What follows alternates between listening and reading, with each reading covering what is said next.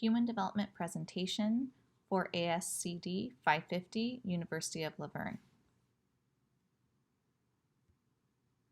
The topics that will be presented are autism, bullying, gang association, dropout, and resilience. Throughout our research, we have identified three commonalities: early identification, collaboration and support, and resilience. Autism spectrum disorder is a classification of developmental disorders sharing a spectrum of impairments that impact social interaction and communication with restrictive and/or repetitive interests or behaviors. These persistent differences will occur across different environments and throughout an individual's lifetime. Approximately 1 in 59 people are diagnosed with autism spectrum disorder. Research has shown that children with autism greatly benefit from early identification and intervention. Behaviors will typically present in early childhood, but an infant as young as 6 months of age can display early signs of autism. A child can be diagnosed as early as 18 months old, but is more commonly diagnosed between the ages of 2 and 3. The child development specialist provides support at the early childhood level to aid early identification of developmental delays and intervention by creating a support plan and assessing the child's progress. Children with autism spectrum disorder need appropriate supports in order to experience academic, social, and behavioral gains in school. The growing body of research on school interventions has shown interventions that are individualized, utilize a collaborative approach, with evidence-based strategies are most effective. The severity of social, communication, and behavioral impairments vary widely depending on the individual. The challenges that each child faces are unique, and therefore their interventions should be individualized to meet the needs of the specific child. Research has shown that collaboration between parents and family, the school system, and other health professionals is important to achieve the best results for children with autism. The school counselor serves as an advocate for children to receive proper accommodations and interventions, a resource to parents and the school system by consulting with them, and a communicator between all stakeholders. Research has shown that research-based interventions are most effective for children with autism. The TEACH program, applied behavioral therapy, and cognitive behavioral therapy are 3 evidence-based interventions currently utilized within schools. For an intervention to be truly effective, the outcomes should be generalizable to real-life conditions and help children develop resiliency to navigate their world.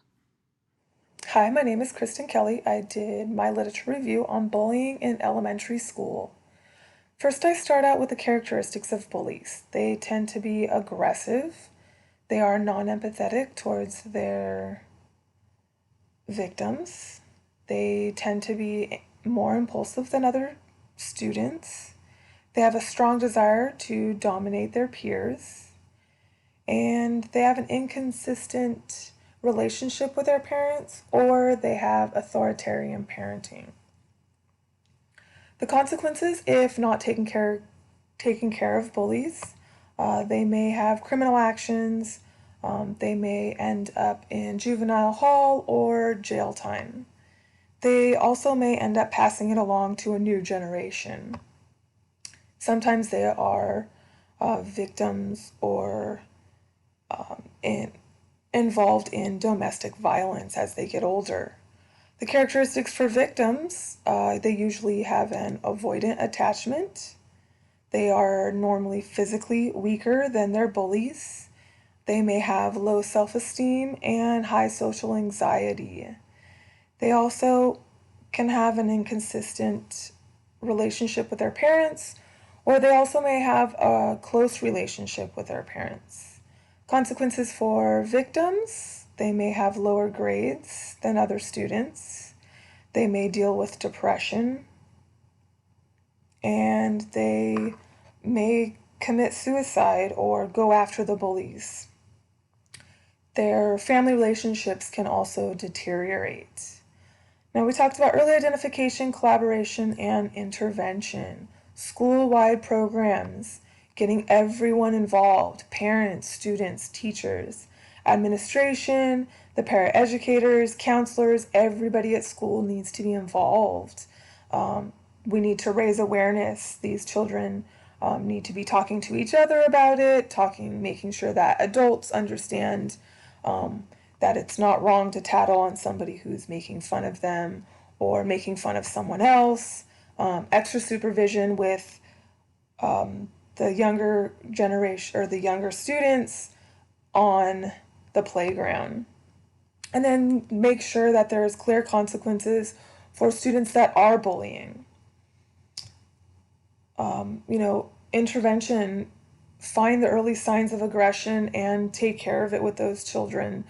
Teach them behavior management, teach children self control strategies, social skills for everyone, and individual counseling for those students that need it. The purpose of my literature review was to review the effects of bullying on adolescent development, as well as find effective interventions that help improve student behavior, and school counselors' role in addressing issues of bullying with other stakeholders.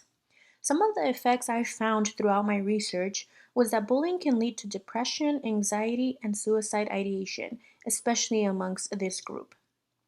Childhood victimization can lead to short-term and long-term mental health problems for these adolescent students. In relation to our three themes,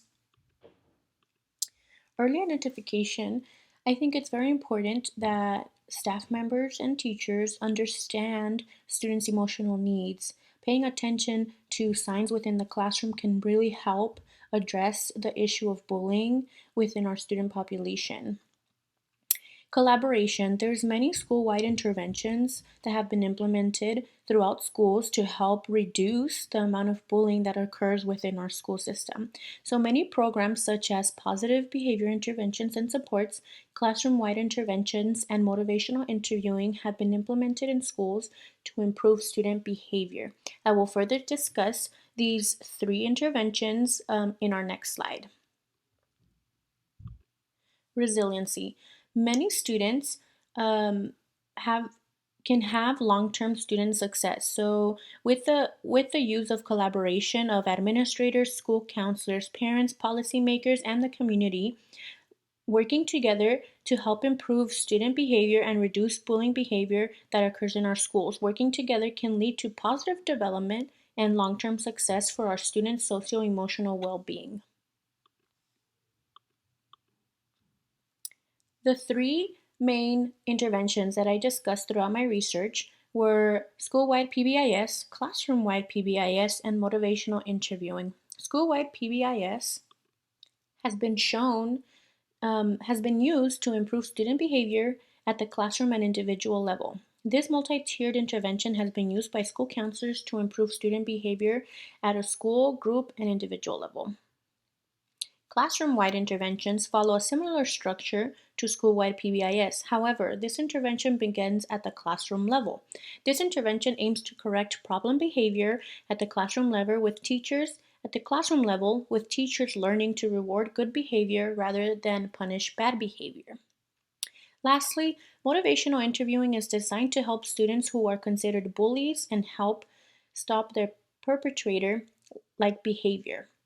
Motivational interviewing was first used to help decrease behavioral problems among substance abuse and alcohol users. However, researchers found this intervention to be particularly beneficial to help eliminate bullying behavior. Gang association can be a sensitive topic due to the association it has with criminal activity. Results of the research showed how multiple factors can affect gang association with students. It has demonstrated how school connectedness, safety, student behaviors, and relationships with others can affect a student's involvement with a gang. According to researchers, students' negative behaviors such as school truancy, drug use, aggression, antisocial attitudes, and delinquent behaviors can be effects of gang membership. Students were more probable to join gangs if they experienced low self-esteem and low empathy, and/or were bullies or bullied in school. Students involved in gangs were also at higher risk of experiencing emotional difficulties and internalizing their problems. School connectedness also plays an important role in gang association. Researchers discuss that because gang culture and association is not accepted in schools, gang members can feel distant, unhappy, or disconnected from school. School dropout, substance abuse, and criminal activity were also linked to school disengagement. As for school safety, it is very important for students to feel safe at school. Gang association can create a sense of protection for individuals when they feel unsafe. Instead, schools should serve as supportive and neutral grounds for students. Relationships also played an important role in gang association. Researchers discuss how positive relationships with their teachers can reduce students' level of delinquency. Students with higher levels of family support were also less likely to engage in gang membership. Positive relationships are vital for students, however, negative influences also exist.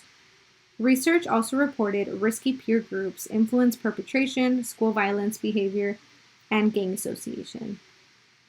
And the last factor was school support. Research discusses that school plays an important and larger role in youth gang association compared to socioeconomic status or the status of minority students. It was also suggested for all school personnel to be appropriately trained so they can comprehend the gang culture and collectively create supportive programs to meet the needs of gang member students. As previously mentioned, the 3 common themes we found were the following. Educators can work toward early identification or prevention by providing students with emotional support, having an awareness of student needs, and implementing prevention programs. Collaborating with all stakeholders is also important, especially with the community, which can provide additional support for students outside of school. And lastly, resilience. Students are resilient and can find a sense of protection and power in safer environments instead of in gangs. School counselors can help students become aware of their strengths and abilities and use them in positive ways by advocating for prevention and support programs for this specific population. So, high school dropout. Students drop out of high school for various reasons due to home, social, and school factors as well. Some predictors of high school dropout include transitional periods. So, between middle school and high school, the students can feel disconnected. Also, previous academic performance. This includes failing core classes, grades, and tests. Chronic absenteeism, behavioral problems on and off campus, decreased motivation, substance abuse, and social economic status. Please note that no single factor is associated with high school dropout. In terms of school characteristics, oftentimes educators focus on students' behavior and environmental factors that contribute to high school dropout. However, a school's climate and structure can impact a student's learning experience. Some of those characteristics include discipline and suspension policies, school climate, so how the student views education and do they feel safe. Low student engagement, are the students participating and do they have opportunity to develop a sense of belonging? Staff and teacher interactions, are they positive or negative? How are they treating students and labeling them? Classroom size, school counselor caseload, and public school funding, especially for those schools that are located in low-income areas.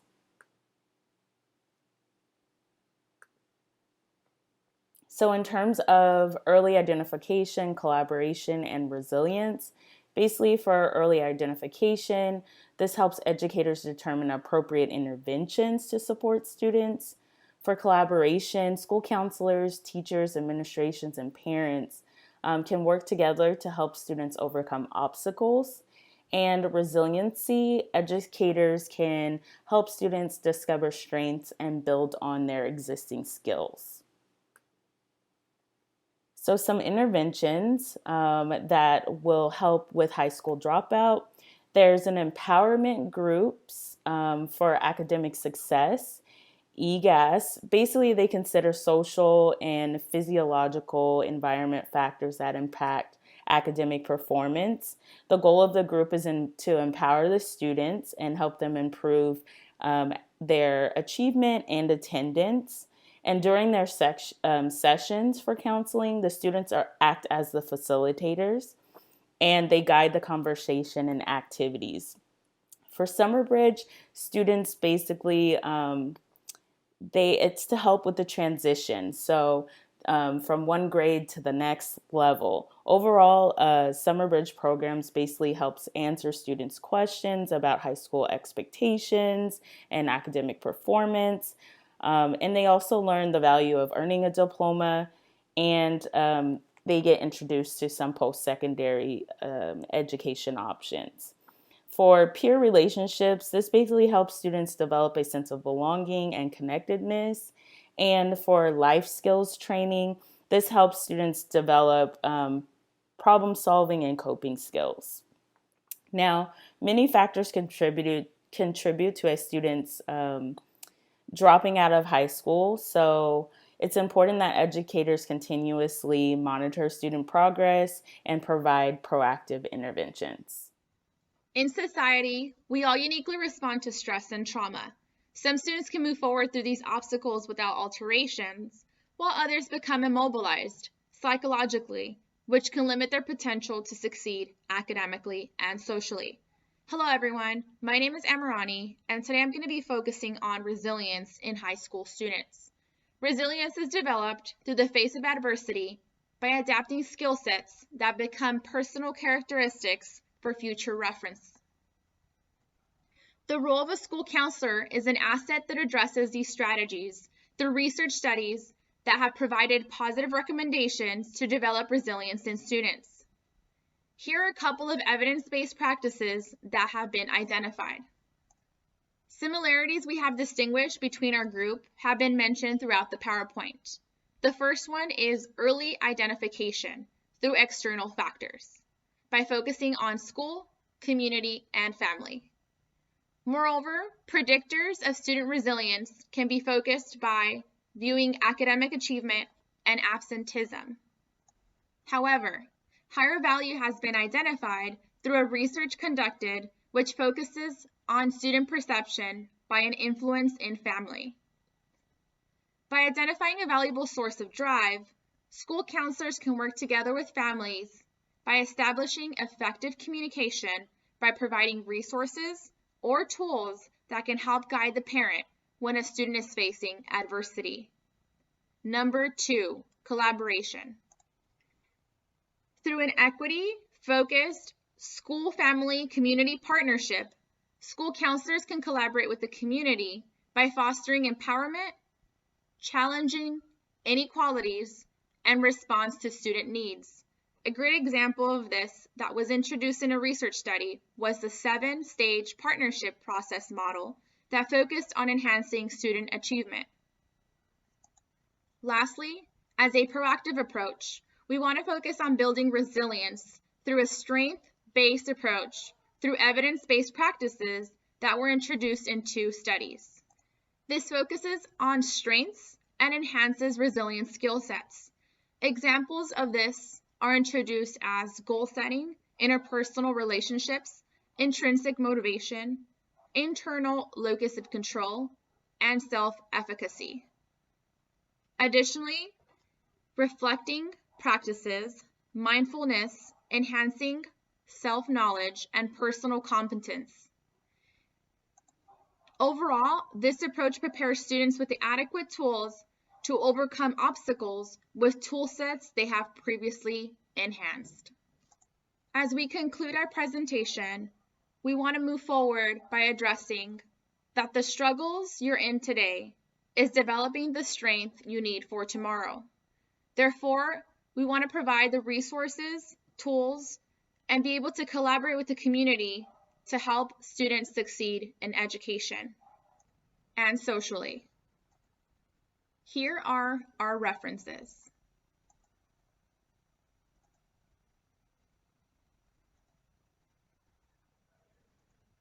Thank you so much for your time, and if you have any questions, feel free to let us know. Thank you. Have a nice day.